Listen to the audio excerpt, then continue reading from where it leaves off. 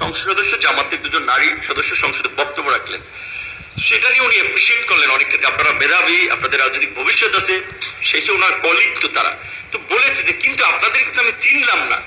That means তাদের আপনার face দেখা যাচ্ছিল না। তো কেউ যদি পর্দা করে সেটা অবশ্য তার ব্যক্তিগত বিধা, আমরা রেসপেক্ট করি, কিন্তু তার কলিগ হিসেবে সে বলতে পারে যে ভাই এত সুন্দর কথা বললেন, আপনারা তো আমি চিনলাম না, ধরেন এটা রসিকতার ছলে বললো।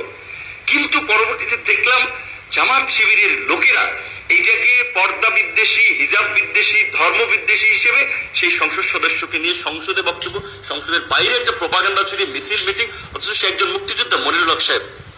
এই ধরনের মেন্টালিটি থেকে যদি আমাদের বিরোধী দল যারা এখন অফিসিয়ালি তারা যদি রাজনীতি করে, তাহলে বাংলাদেশের ভবিষ্যৎ কোথায়? আর এই প্রধান বিরোধী দল জামায়াত ইসলামী একটা সরাসরি আসনে নারী দেয় নাই।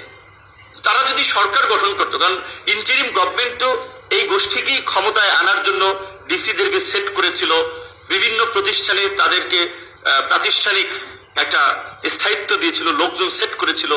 যদি তারা ক্ষমতা আসতো কি হইতো?